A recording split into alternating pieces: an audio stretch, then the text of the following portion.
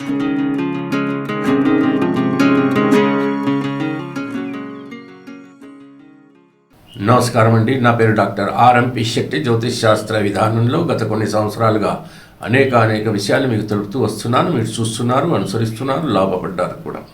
అయితే ఒక ముఖ్యమైనటువంటి విశేషం ఏమిటనంటే, ఈ యొక్క జూలై మాసంలో మరి ఈ ధనస్సు రాశి వారికి మాస ఫలితం ఎలా ఉంటుందో వివరిస్తున్నాను, జాగ్రత్తగా వినండి. 2024 సంవత్సరం. అయితే ధనస్సు రాశి వారికి ఆర్థిక పరంగా అంత బాగోలేదనే చెప్పాలి. చాలా జాగ్రత్తగా వ్యవహరించాల్సి వస్తుంది. నూతన వ్యాపారాలు దయచేసి ఇప్పుడప్పుడే ప్రారంభించవద్దు. మీకు కొత్తగా స్నేహితులు కలిసినటువంటి పక్షంలో చాలా బాగా వాళ్ళ గురించి అర్థం చేసుకున్నాక మాత్రమే వాళ్ళతో సఖ్యతగా మెలగండి. లేకపోతే వాళ్ళు రేపటి రోజున మిమ్మల్ని వెన్నుపోటు పొడిచేటువంటి అవకాశాలు ఉన్నాయి. మరో విషయం ఏంటంటే, ముఖ్యంగా ఎవరైనా మీ బంధువులు కానీ, కావలసిన వాళ్ళు కానీ, స్నేహితులు కానీ ఎవరైనప్పటికీ కూడా గ్యారంటార్గా సంతకం పెట్టమని, లేకపోతే ఏదైనా ష్యూరిటీగా సంతకం పెట్టమని దయచేసి పెట్టవద్దు.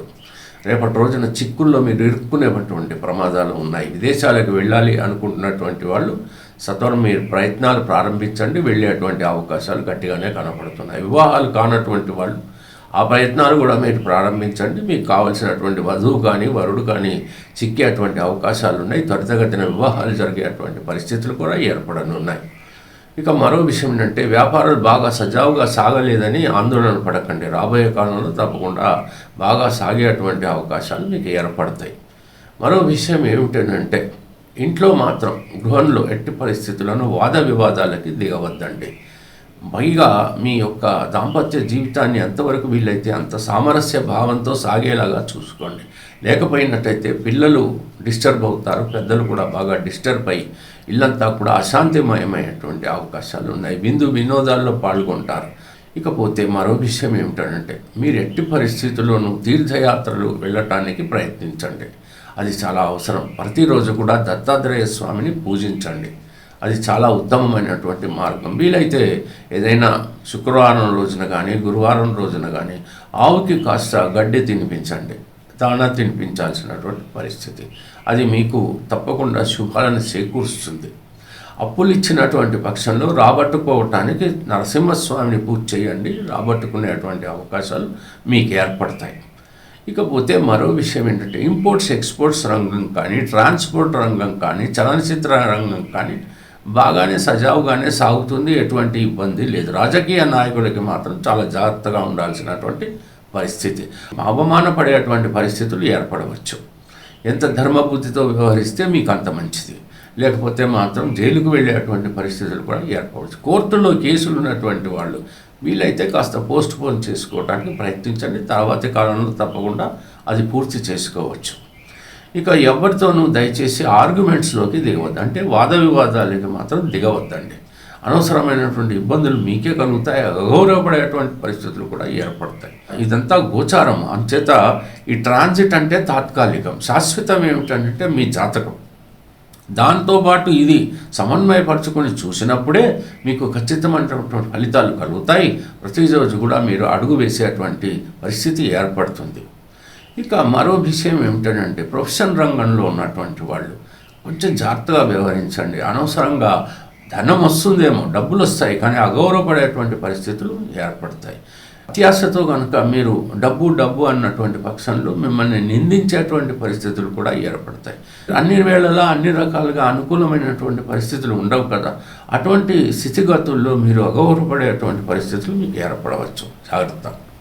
ఇక మరో విషయం ఏమిటంటే, ఈ యొక్క నటీనటులకు కానీ, గాయకులకు కానీ, టెక్నీషియన్స్ కానీ వీళ్ళకి మాత్రం రాబడి బాగానే ఉంటుంది. ఖచ్చితంగా వాళ్ళ యొక్క వ్యాపారాలు బాగా సాగుతాయి. నిర్మాతలకు కూడా బాగానే ఉంటుంది.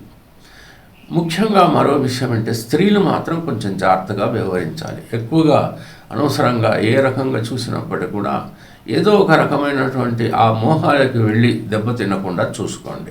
ఎంచేతనంటే ఈ యొక్క మాసం అంతా కూడా మరి మోసపోయేటువంటి అవకాశాలు స్త్రీలకు ఎక్కువగా కనపడుతున్నాయి. మొదటి విషయం ఏంటంటే, కొత్తగా స్త్రీలకి పరిచయమైనటువంటి పరిస్థితుల్లో చాలా జాగ్రత్తగా ఆచితూచి అడుగు వేయాలండి. లేకపోతే రేపటి రోజున ఇబ్బందులకు గురయ్యేటువంటి పరిస్థితులు నాకు కనపడుతున్నాయి. కొంచెం జాగ్రత్తగా ఉండండి. ఇక మరో విషయం ఏంటంటే, ఈ యొక్క కొత్తగా భాగస్వాములు కలిసి వ్యాపారాలు ప్రారంభిద్దామని అనుకుంటుంటారు కదా, ఆ వ్యాపారం ఏమిటి మాత్రం మీరు బాగా పరిశోధించిన తర్వాత అది మీరు చేయగలరు అనుకుంటే మాత్రమే అందులోకి మీరు దిగాలి.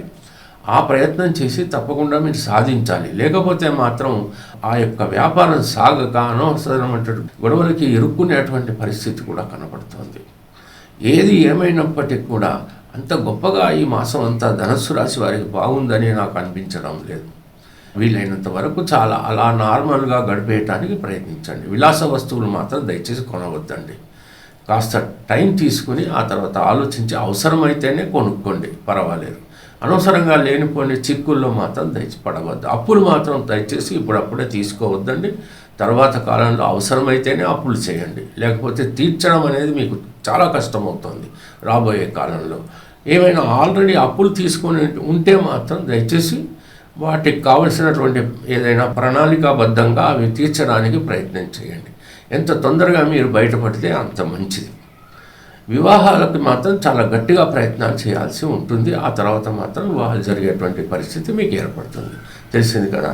సెలవు మరి, ఉంటాను. నమస్కారం.